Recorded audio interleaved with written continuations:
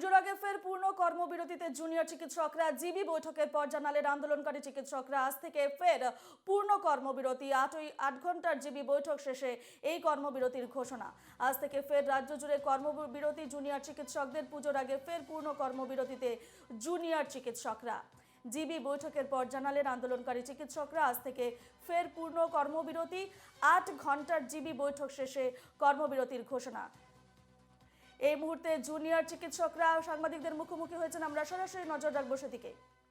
Supreme কোর্টের দিকে তাকিয়েছিলাম। আমরা জানতে চেয়েছিলাম অভয়ার খুন ও ধর্ষণের প্রশ্নে সিবিআই এবং সুপ্রিম কোর্টের কি বক্তব্য। কিন্তু আমরা বুঝতে পারলাম সিবিআই এর তদন্তের গতি আসলে কতখানি স্লথ। আমরা এর আগেও দেখেছি বহুবার সিবিআই তদন্তভার নিয়েও কোনো কুল কিনারা করতে পারেনি এবং সেই সব ঘটনার আসল দোষীরা নির্দোষ খালাস হয়ে গিয়েছে ঠিক সময়ের মধ্যে চার্জশিট না পেশ করায়। আর যেই সুপ্রিম কোর্ট স্বতঃপ্রণোদিতভাবে এই নৃশংস ঘটনার দ্রুত বিচারের ভার নিজের কাঁধে তুলে নিয়েছিলেন, তারপর তারই তত্ত্বাবধানে তারিখের পর তারিখ এলো, শুনানি পিছিয়ে গেল, সময় পিছিয়ে গেল, শুনানির দৈর্ঘ্য কমে গেল। বিচারের এই দীর্ঘসূত্রিতায় আমরা হতাশ এবং ক্ষুব্ধ। আমরা জানতে চেয়েছিলাম হাসপাতালে স্বাস্থ্যকর্মী, রোগীর পরিবারের নিরাপত্তার জন্য সরকারের কাছে আদৌ কোনো সদুত্তর আছে কি। 5 দফা দাবি নিয়ে আমরা মুখ্যমন্ত্রী ও মুখ্য সচিবের সাথে মুখোমুখি আলোচনায় বসেছি। তার সাথে 26/9 তারিখে অপূর্ণ দাবিগুলিকে জানিয়ে এবং 29/9 তারিখে সরকারের লিখিত ডাইরেক্টিভগুলি দ্রুত লাগু করার দাবি জানিয়ে মুখ্য সচিবকে 2 বার ইমেল করেছিলাম।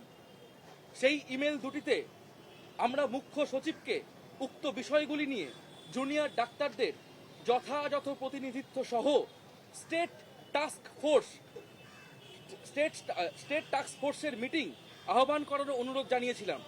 কিন্তু অত্যন্ত দুঃখের বিষয় যে রাজ্য সরকার মিটিং ডাকা তো দূরস্থান, আমাদের চিঠি দুটির কোনো উত্তর দেওয়ারও প্রয়োজন বোধ করেননি।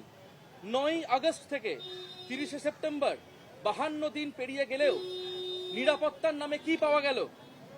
যেই সিসিটিভিকে রাজ্য সরকার তার নিরাপত্তার মূল নিদর্শন বলে প্রচার করতে চাইছে, সেই সিসিটিভি কলেজগুলিতে মোট প্রয়োজনের মাত্র 26% লাগানো হয়েছে এই 50 দিন ধরে। সুপ্রিম কোর্টে স্বাস্থ্য সচিবের মিথ্যা ভাষণ থেকে আমরা আরো কি জানতে পারলাম? সাগর দত্ত মেডিকেল কলেজে নাকি মরণাপন্ন রোগীকে আমরা আইসিইউ বেড দিইনি, আমরা তাকে চিকিৎসা পরিষেবা দিইনি।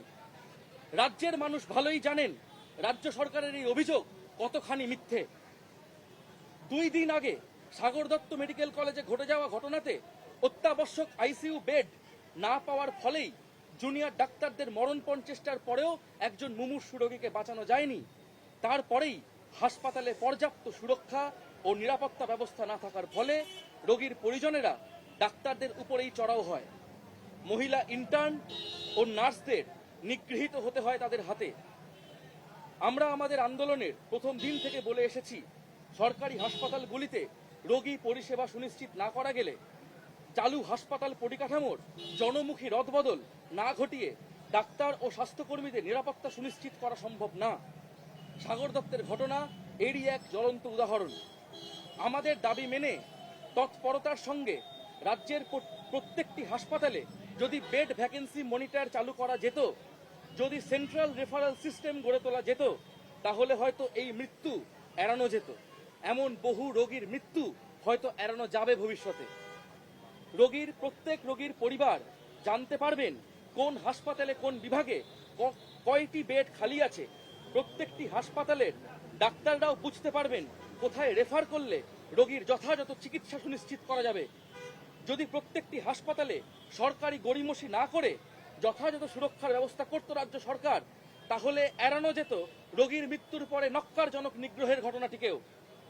গত 2 দিনে এইরকম নিগ্রহের ঘটনা আমরা বহুবার ঘটতে দেখলাম Kolkata national medical college, Rampurhat medical college, IQ city medical college ইত্যাদি জায়গাতেও। আমরা বারংবার উল্লেখ করেছি যে অভয়ার ঘটনার বীজ লুকিয়ে আছে বর্তমান স্বাস্থ্য ব্যবস্থার গভীরে। আমাদের আরেকখানি মূল দাবি ছিল বর্তমানে স্বাস্থ্য ব্যবস্থায় জারি অগণতান্ত্রিক ভয়ের পরিবেশকে নির্মূল করার, সমাজ থেকে এই ভয়ের রাজনীতি এবং কলেজগুলিতে হুমকির সংস্কৃতি অপসারণ করার। আমরা দেখেছি সুপ্রিম কোর্টেও আজ প্রতিষ্ঠিত হয়েছে যে আরজি করের ঘটনা কোনো বিচ্ছিন্ন ঘটনা নয়।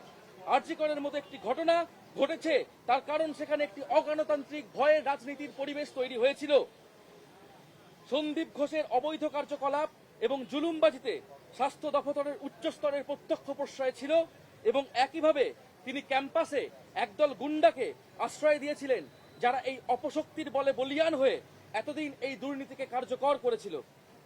আমরা স্পষ্টভাবে আমাদের বৈঠকে মুখ্যমন্ত্রী এবং মুখ্য সচিবকে সরাসরি জানিয়েছি এবং ইমেলেও বলেছি, এই ভয়ের পরিবেশে আমরা সুরক্ষিত বোধ করছি না, এবং হাসপাতাল বা মেডিকেল কলেজগুলোর সিদ্ধান্ত গ্রহণকারী যে কমিটিগুলি, তাতে জুনিয়র চিকিৎসকদের সঠিক প্রতিনিধিত্ব সুনিশ্চিত না করলে এই স্বঘোষিত নেতা নেত্রীদের জুলুমবাজি চলতেই থাকবে। একে প্রতিরোধ করবার জন্য সকল স্তরে গণতান্ত্রিক নির্বাচনের মাধ্যমে ছাত্রছাত্রী ও জুনিয়র ডাক্তারদের প্রতিনিধি সুনিশ্চিত করতে হবে। কলেজের সমস্ত সিদ্ধান্ত গ্রহণকারী প্রতিষ্ঠান, college council, anti ragging committee, internal complaints কমিটিতে নির্বাচিত প্রতিনিধি রাখার দাবি আমরা জানিয়েছি বারংবার, যা এই প্রতিষ্ঠানগুলির সঠিক কার্যক্রম সুনিশ্চিত করবে এবং যৌন হয়রানির বিপক্ষে একটি প্রতিরক্ষামূলক পরিবেশ তৈরি করবে। তার সাথে মেডিকেল কলেজগুলিতে দুর্নীতির মূল আখড়া রোগী কল্যাণ সমিতি, যা মুখ্যমন্ত্রী মৌখিকভাবে ভেঙে দিলেও তার কোনো লিখিত নোটিশ আমরা পাইনি, এবং যদি ভেঙেও দেওয়া হয় তার পরিবর্তে গঠিত প্রতিষ্ঠানে নির্বাচিত ছাত্রছাত্রী ও জুনিয়র ডাক্তারদের প্রতিনিধিত্ব সম্পর্কে সুস্পষ্ট কোনো সিদ্ধান্তও আমরা দেখতে পাইনি। মুখ্য সচিব তার 19 তারিখের সরকারি নির্দেশনার ইমেলটিতে স্বাস্থ্য সচিবকে দায়িত্ব দিয়েছিলেন আমাদের সুরক্ষা ও রোগী পরিষেবা নিয়ে পরিকাঠামোগত রদবদলের যাবতীয় সিদ্ধান্তগুলিকে কার্যকর করার, কিন্তু তার 12 দিন পেরিয়ে গেলেও দৃশ্যমান কোনো পরিবর্তন আমরা দেখতে পাইনি। এমনকি সাগর দত্তের ঘটনা সম্পর্কে তিনি সুপ্রিম কোর্টে দাঁড়িয়েও মিথ্যাচার করে গেছেন। সমস্ত ঘটনার দায়ভার চাপিয়েছেন জুনিয়র ডাক্তারদের উপরে। এর আগেই আমরা স্বাস্থ্যক্ষেত্রে পাহাড় প্রমাণ দুর্নীতি ও ভয়ের রাজনীতির দায় নিয়ে নারায়ণ সড়ক নিগমের অপসারণের দাবি তুলেছিলাম। আমরা এও মনে করি স্বাস্থ্য দপ্তরের অপদার্থতা বা সক্রিয় মদত ছাড়া এই প্রবল দুর্নীতি অসম্ভব। আমরা স্পষ্ট দাবি জানাচ্ছি, প্রশাসনিক অক্ষমতা ও দুর্নীতির দায় স্বাস্থ্য মন্ত্রককে নিতে হবে, এবং এই সমস্ত দায়ে স্বাস্থ্য সচিবকে অবিলম্বে অপসারণ করতে হবে। গত 19/9 তারিখে আমরা আমাদের পূর্ণ কর্মবিরতি প্রত্যাহার করে অত্যাবশ্যক পরিষেবাগুলিতে কাজে ফিরেছিলাম। বিভাগ ভিত্তিকভাবে আমরা আউটডোর ও ইনডোর পরিষেবা শুরু করেছিলাম বহু জায়গায়। রাজ্য সরকারের সাথে 2 দফা meeting, CP, DME, DHS, DC নর্থকে তাদের পদ থেকে সরানো, সুরক্ষা ও রোগী পরিষেবা প্রশ্নে কিছু লিখিত ডাইরেক্টিভের ভিত্তিতে আমরা কাজে ফেরার সদিচ্ছা দেখিয়েছিলাম, রোগীদের জন্য সদিচ্ছা দেখিয়েছিলাম। অথচ তারপরে 10 দিন কেটে গেলেও বাস্তবত সরকারের লিখিত ডাইরেক্টিভের কিছুই আমরা কোথাও লাগু হতে দেখছি না। সিসিটিভি, পুলিশ নিয়োগ ইত্যাদি আমাদের সুরক্ষার প্রাথমিক ধাপগুলিই হোক, কিংবা রোগী পরিষেবা উন্নত করার জন্য কেন্দ্রীয় referral system, bed vacancy monitor, স্বাস্থ্যকর্মী নিয়োগ, কোথাওই প্রায় কোনো রকম অগ্রগতি আমরা দেখতে পাচ্ছি না। আমরা সরকারকে মনে করিয়ে দিতে চাই, শুধুমাত্র কাগজে প্রতিশ্রুতির জন্য আমরা আন্দোলন করিনি, আন্দোলন করছি না। আমরা আন্দোলন করছি রাজ্যের স্বাস্থ্য ব্যবস্থার এক যথাযথ জনমুখী বদলের জন্য, যাতে রোগীরাও পরিষেবা পান আর ডাক্তার স্বাস্থ্যকর্মীদের জন্য এক ভয়মুক্ত সুরক্ষিত কর্মস্থল সুনিশ্চিত হয়। অথচ বাস্তবে তার অগ্রগতির জন্য সরকারের কোনো সদিচ্ছা আমরা দেখতে পাচ্ছি না। আমাদের কাজে ফেরার জন্য উপযুক্ত ভয়হীন পরিবেশ সুনিশ্চিত হয়নি এখনো। একথা আমাদের কাছে স্পষ্ট হচ্ছে সাগর দত্ত ন্যাশনালের ঘটনা এবং শাসক দলের বিধায়কদের ভয়াবহ হুমকির মুখে দাঁড়িয়ে আমরা প্রমাণ পাচ্ছি যে আমরা ভয়হীন পরিবেশ পাইনি এখনো। এর সাথে রাজ্যের প্রতিটি হাসপাতাল, মেডিকেল কলেজ থেকে ভয়ের রাজনীতি নির্মূল করার দাবি আমরা করেছি আন্দোলনের প্রথম দিন থেকে।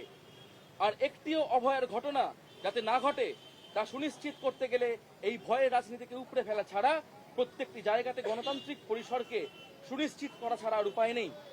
অথচ এ ব্যাপারেও রাজ্য সরকারের কোনো সদিচ্ছা আমরা দেখতে পাইনি।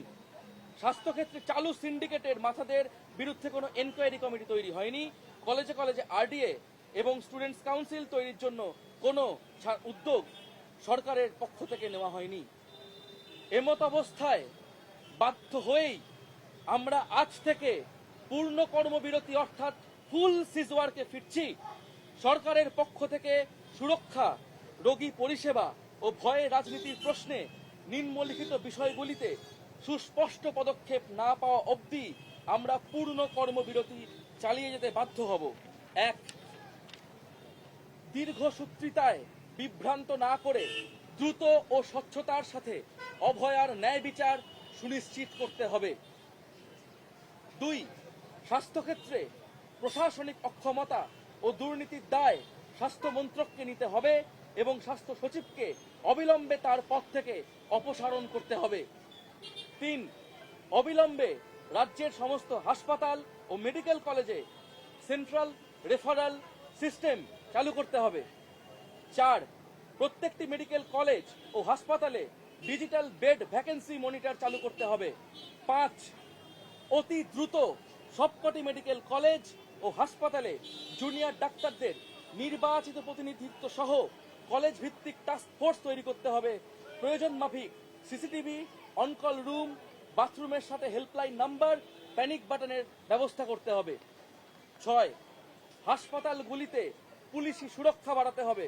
সিভিক ভলেন্টিয়ার নয়, স্থায়ী পুরুষ ও মহিলা পুলিশ কর্মী নিয়োগ করতে হবে। 7. হাসপাতালগুলিতে ডাক্তার, নার্স এবং স্বাস্থ্যকর্মীদের শূন্য পদগুলি অবিলম্বে পূরণ করতে হবে। 8. প্রত্যেকটি মেডিকেল কলেজে থ্রেড সিন্ডিকেটে জড়িতদের বিরুদ্ধে এনকোয়ারি কমিটি বসিয়ে তাদের কড়া শাস্তি দিতে হবে। রাজ্য স্তরেও এনকোয়ারি কমিটি তৈরি করতে হবে। 9. অবিলম্বে রাজ্যের প্রত্যেকটি মেডিকেল কলেজে ছাত্র সংসদ নির্বাচন করতে হবে। সবকটি কলেজে আরডিএ কে স্বীকৃতি দিতে হবে। কলেজ ও হাসপাতাল পরিচালনার সবকটি কমিটিতে ছাত্রছাত্রী ও জুনিয়র ডাক্তারদের নির্বাচিত প্রতিনিধিত্ব সুনিশ্চিত করতে হবে। 10. ওয়েস্ট বেঙ্গল মেডিকেল কাউন্সিল ও west Bengal health recruitment board এদের অভ্যন্তরে যে ব্যাপক দুর্নীতি ও বেনিয়মের অভিযোগ রয়েছে তার সাপেক্ষে দ্রুত তদন্ত প্রক্রিয়া শুরু করতে হবে। আমরা ইতিমধ্যেই প্রেস কনফারেন্সের মাধ্যমে সবাইকে জানিয়ে দিয়েছি, অভয়ার ন্যায় বিচার যেভাবে দীর্ঘসূত্রিতার জালে জড়িয়ে পড়েছে তা আমাদের হতাশ এবং ক্ষুব্ধ করেছে।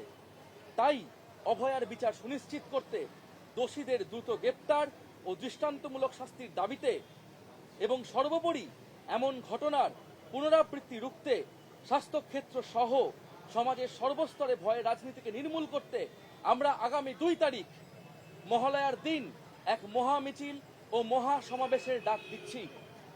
ইতিমধ্যেই সিনিয়র ডাক্তার, নার্সদের বিভিন্ন সংগঠন, প্রাইভেট হাসপাতালের চিকিৎসক, আইটি কর্মীদের সংগঠন, সিনেমা জগতের মানুষদের বিভিন্ন সংগঠন, বিভিন্ন প্রান্তিক মানুষদের সংগঠন এবং অন্যান্য সামাজিক সংগঠন আমাদের কর্মসূচিকে সফল করার আহ্বানও জানিয়েছেন।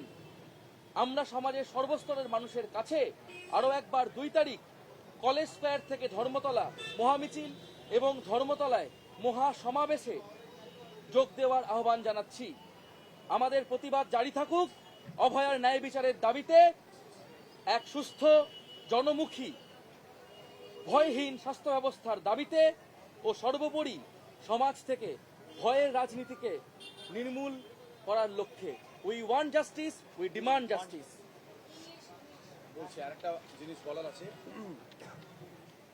বিগত কয়েকদিন যাবৎ সোশ্যাল মিডিয়াতে আরজিকর হাসপাতালে ঘটে যাওয়া নারকীয় ধর্ষণ এবং খুনের পরিপ্রেক্ষিতে অভয়ার পোস্টমর্টম রিপোর্ট নিয়ে যে বিভ্রান্তিমূলক পোস্ট ছড়ানো হচ্ছে সেই ব্যাপারে আমরা 2-4 কথা সকলের সামনে রাখতে চাই।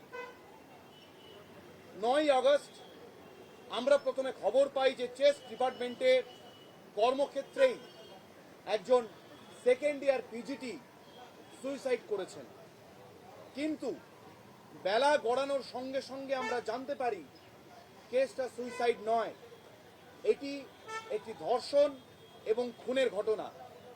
সেই সূত্র ধরেই আমাদের মনে সন্দেহ জন্মায়, সেই অবিশ্বাস এবং সন্দেহ থেকেই আমরা সমস্ত স্টুডেন্টরা পোস্টমর্টম প্রক্রিয়া যাতে সুষ্ঠুভাবে হয় তার জন্য ম্যাজিস্ট্রেট ইনকোয়েস্টের দাবি রাখি। পোস্টমর্টম প্রক্রিয়া হয় বিভিন্ন সিনিয়র পোস্টমর্টম বিশেষজ্ঞ, ম্যাজিস্ট্রেট এবং বিভিন্ন সিনিয়র পুলিশের তত্ত্বাবধানে। সেই প্রক্রিয়া ভালোভাবে সম্পন্ন করার সম্পূর্ণ দায়িত্ব বর্তায় ওনাদের ওপরেই। বিভ্রান্তিমূলক যে পোস্টটি ছড়ানো হচ্ছে তাতে পোস্টমর্টমে উপস্থিত জুনিয়র ডাক্তারদের স্বাক্ষর রয়েছে, একথা সত্য, কিন্তু কোনোভাবেই পোস্টমর্টমের স্বচ্ছতার দায় জুনিয়র ডাক্তারদের উপর বর্তায় না। কারণ আমরা আমাদের সীমিত জ্ঞান নিয়ে ওই মুহূর্তে দাঁড়িয়ে আমাদের পক্ষ থেকে সবটুকু দিয়ে চেষ্টা করেছিলাম যাতে এই নারকীয় খুন ও ধর্ষণের ঘটনাকে আত্মহত্যার মুখোশ না পরানো হয়। বিভিন্ন উচ্চপদস্থ আধিকারিকরা যেভাবে ঘটনাটাকে চাপা দিতে চাইছিলেন তার আমরা তীব্র প্রতিবাদ জানাই এবং পোস্টমর্টম প্রক্রিয়া যাতে সঠিক নিয়ম মেনে হয় সেই দাবিতে অনড় থাকি। সেই স্বচ্ছতার দাবি থেকেই আমরা পোস্টমর্টম রিপোর্ট কলকাতা পুলিশের কাছ থেকে দেখতে চাওয়ার দাবি বারংবার রেখেছিলাম, যা আমাদেরকে পরবর্তীকালে পুলিশের পক্ষ থেকে দেখানোও হয়নি। এমনকি মহামান্য সুপ্রিম কোর্টও পোস্টমর্টম প্রক্রিয়ার ভুল ভ্রান্তি নিয়ে অসন্তোষ প্রকাশ করেছেন। সোশ্যাল মিডিয়াতে এই যে নানান বিভ্রান্তিমূলক পোস্ট ছড়ানো হচ্ছে তার তীব্র প্রতিবাদ জানাচ্ছি। এছাড়া জুনিয়র ডাক্তারদের অভয়ার ন্যায় বিচারের আন্দোলনকে যেভাবে বিভিন্ন ক্ষেত্রে বিভিন্ন মানুষজন বিভিন্নভাবে কলুষিত করার প্রয়াস করছেন, সেই প্রয়াসকে জুনিয়র ডাক্তাররা, WBJDF-রা তীব্র তীব্র ধিক্কার জানাচ্ছে। ইংরেজিটা বলছি। On behalf of West Bengal Junior Doctors Front, I, Dr. Shaptadipa Chakraborty, is reading today's press release. We understand that many questions are on everyone's mind today. We too had many questions as we looked toward the Supreme Court. We wanted to know what the CBI and the Supreme Court had to say regarding the murder and rape of Abhaya. However, we realized just how slow the CBI's investigation is. We have seen many times before that the CBI has been unable to reach any conclusions, allowing the real culprits of such incidents to go free due to delays in filing charges. The Supreme Court, which had taken the initiative to expedite the trial of this heinous incident, has instead only postponed hearings and reduced the actual length of the proceedings. We are disappointed and angered by this protracted judicial process. We have asked whether the government has any satisfactory answers regarding the safety of healthcare workers, patients and their families in hospitals. We have had discussions with the Chief Minister and the Chief Secretary regarding our 5 demands. We reiterated our demands on September 26th and September 29th, urging the Chief Secretary to quickly implement the government's written directives. In those emails, we also requested the Chief Secretary to convene a meeting with a state task force that adequately represents junior doctors.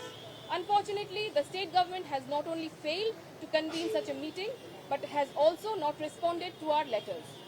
52 days have passed since August 9, yet what have we gained in terms of security? The CCTV cameras, which the state government promotes as the main indicator of safety, have only been installed in a fraction of the necessary locations in colleges over these 50 days. Additionally, we heard that we did not provide an ICU bed to a critically ill patient at Sagar Datta Medical College. We did not offer them medical services. The people of the state know how false this accusation is. Due to the lack of necessary ICU beds at Sagar Datta Hospital, despite the desperate efforts of junior doctors, a critically ill patient could not be saved. Following this, due to inadequate security measures, the patient's relatives turned on the doctors and a female intern and nurses were physically harassed. From the first day of our movement, we have stated that without ensuring patient services in government hospitals and making user-friendly changes to existing hospital infrastructure, it is impossible to ensure the safety of doctors and healthcare workers. The incident at Sagar Datta is a glaring example of this. If there had been a proactive bed vacancy monitoring system in every hospital, and if a centralized referral system had been established, perhaps this death could have been avoided, and many more in the future.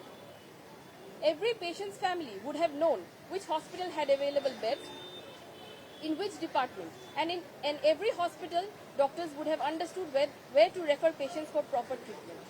If the state government had prioritized adequate safety measures rather than bureaucratic delays, the horrific harassment of doctors after a patient's death could also have been avoided.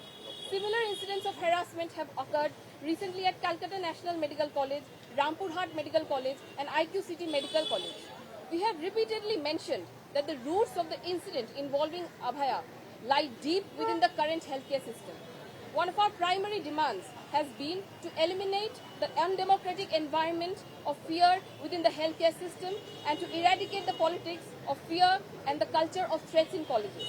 We have seen that it has been established in the Supreme Court today that the incident involving RG Kar is not an isolated one. Such incidents occur due to the persistent atmosphere of fear and authoritarianism that has existed for years. Sandeep Ghosh's illegal activities and oppression were directly facilitated by high-ranking officials in the health department, and he has sheltered a gang of goons on campus who have perpetuated this corruption. We clearly communicated in our meeting with the Chief Minister and the Chief Secretary, and also in emails, that we do not feel secure in this environment of fear. Without ensuring proper representation for junior doctors in decision-making committees of hospitals and medical colleges, the oppression of these declared leaders will continue. To prevent this, democratic elections must be held at all levels to ensure representation of students and junior doctors. We have demanded that elected representatives be included in all decision-making bodies, college councils, anti-ragging committees, and internal complaints committees to ensure the proper functioning and to create a protective environment against sexual harassment. Furthermore, regarding the core hub of corruption in medical colleges, the Patient Welfare Committee, while the Chief Minister verbally stated its dissolution, we have not received any written notice, nor have we seen any clear decision regarding the representation of elected students and junior doctors in the newly formed body. On September 19, the Chief Secretary assigned the Health Secretary the responsibility to implement all decisions related to structural changes for our safety and patient services in his official email. However, even after 12 days, we have seen no visible changes. He has even lied before the Supreme Court regarding the incident at Sagar Datto, placing all the blame on junior doctors. Previously, we had raised the demand for the removal of the Health Secretary, Narayan Swarup Nigam, who is implicated in monumental corruption and politics of fear in the health sector. We also believe that such rampant corruption is impossible without the incompetence or active support of the health department. We demand that the Health Ministry must take responsibility for administrative failure and corruption, and that the Health Secretary be immediately removed from his position. On September 19, we had withdrawn our full strike and returned to work in essential services